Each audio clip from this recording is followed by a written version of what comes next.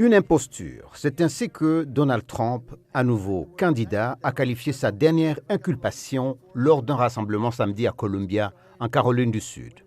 La semaine dernière, l'ancien président a comparu devant un tribunal pour répondre à l'accusation d'avoir conspiré en vue d'annuler sa défaite à l'élection présidentielle de 2020. Une accusation qu'il sera difficile de prouver, a dit M. John Lauro, l'un de ses avocats sur la chaîne ABC. S'il a agi de manière corrompue ou non, s'il a ou non agi avec une conscience de culpabilité et une intention criminelle, ils ne pourront jamais le prouver. Après que M. Trump a publié en ligne ce qui semblait être une promesse de représailles contre quiconque s'en prendrait à lui, les procureurs ont demandé à un juge fédéral de limiter les informations que l'ancien président et ses avocats peuvent partager publiquement au sujet de l'affaire. L'équipe juridique de Trump avait jusqu'à lundi pour répondre à cette requête.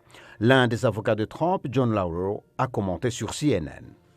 La presse et le peuple américain, en période de campagne électorale, ont le droit de savoir quelles sont les preuves dans cette affaire, à condition qu'elles ne soient pas protégées par ailleurs. Et nous allons donc nous y opposer. L'ancien président Mike Pence, qui est également candidat à la présidentielle et qui pourrait être appelé à témoigner dans cette affaire, a expliqué sur CNN pourquoi il avait rejeté les demandes des avocats de M. Trump visant à annuler l'élection de 2020. Aucun vice-président ni personne ne devrait jamais avoir le droit de choisir le président américain. La présidence appartient au peuple américain et à lui seul.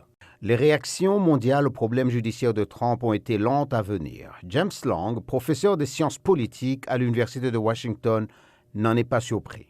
Certains dirigeants de pays spécifiques ont en quelque sorte intériorisé le mauvais message du comportement de Trump jusqu'à présent. Mais je pense qu'à l'heure actuelle, ils sont probablement bien avisés de se taire et de laisser ce processus se dérouler tout en continuant à essayer d'avoir des relations diplomatiques saines avec les États-Unis.